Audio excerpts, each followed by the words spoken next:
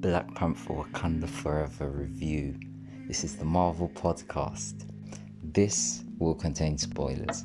The long-awaited film Black Panther Forever had just come from seeing it in the cinema in IMAX.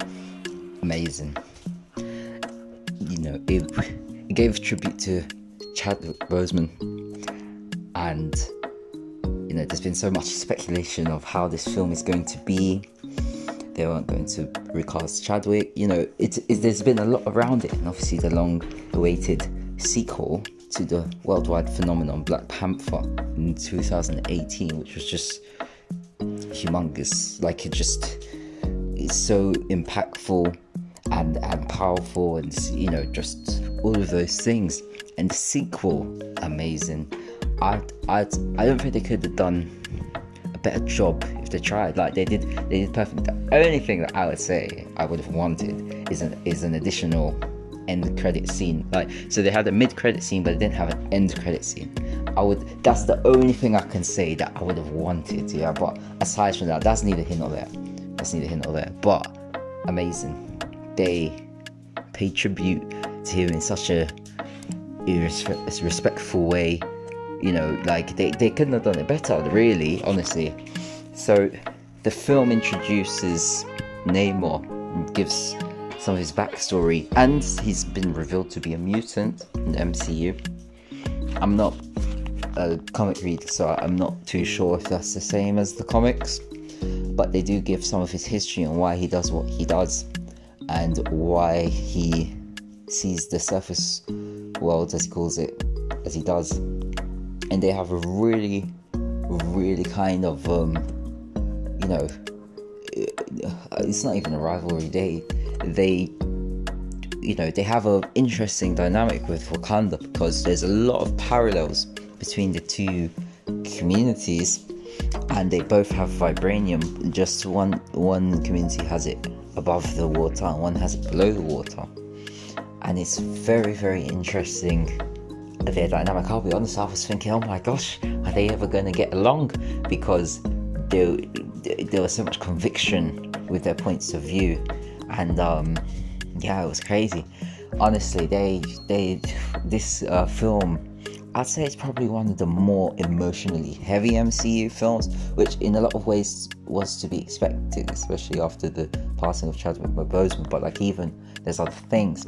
So Queen Ramona, Namor killed her in front of Shuri, and Shuri managed to get the Black Panther powers back, and she had but met with Killmonger in the ancestral plane, which was kind of, to me, it was unexpected. I was like, oh wow, not that he's back, because he wasn't back, but that's who she saw, which is really quite fascinating to me. And I don't know, I just thought the film was just so good, and they did it justice in the best way, and it was very nice. I think it was quite self-contained as an MCU film for the most part, but to me there's no problem with that. But of course there are some wider crossovers. So to see Val, I was like, what? Because I don't think she's up to any good. But at the same time, it was very interesting, because there's been a lot of things pointing Val in the direction of, I wouldn't even say good and bad, but more vigilante. Do what she wants by any means necessary. Because at the beginning, her introduction just looked well dodgy, like she was a villain. But then there were those little things she had an iPhone, and iPhone don't give villains iPhones just because of brand association. And she worked with Elena, who obviously isn't bad, morally questionable for sure as an assassin, but Black Widow's sister. So that was it was all red flags from John Walker, though, but then it kind of started to go a bit more towards morally ambiguous, and what are her motives. So to find out that she used to be married to this Everett Ross, which I'm thinking, is he related to Thunderbolt Ross? So I don't know, I'll have to research that, figure it out. But yeah, there's a lot going on. And this has also concluded phase 4, which is, I think this, let's just put it like this. Phase 4 started and ended with the best projects. WandaVision, Wakanda Forever. To me, top 2. Top movie, top show, top projects. I'll probably follow it with, in terms of movie, Multiverse Madness. In Love and Thunder, then No Way Home. Many people will not be agreeing with that, but that is up to you. I obviously, all the projects are great, but yeah, that's just my preference. Back to Wakanda Forever. So yeah, there was a lot, and very interesting to see how Namor was a mutant, because was it the thing that his mum had that triggered the mutant gene in him? Because even his other people, they couldn't be above the water without their little water mask, which was quite interesting, whereas he could just be anywhere. So I don't know, it was like a different race of people. Well, I don't know, but they could swim and survive underwater, but not above water, whereas Namor could do both. And so I'm thinking that Namor is different to both the humans and to the Aqua race that he's a part of. And he's a mutant, obviously, in line with X-Men and whatnot. So like Miss Marvel, who's also a mutant. Spoiler alert, we should know that by now. So yeah, it's a lot to think about. But yeah, I love at the end how T'Challa had a son. So T'Challa, young one, like junior prince, and that's really cool. I'm curious to know if Shuri's going to go back to Wakanda. She probably will to visit, but she'll probably stay out of Wakanda.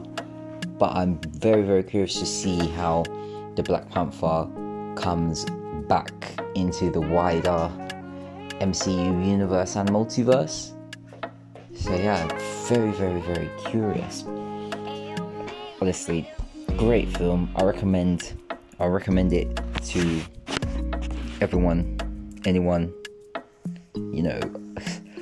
and it's quite nice because it's not got like too many spoilers for other projects. So even if people don't follow the MCU, which you should be really, but if you don't, you can watch it after watching the first Black Panther and you'll be all caught up. There is a little reference to Thanos, but out of context, I don't think that will be a big spoiler to people that haven't truly followed the other projects.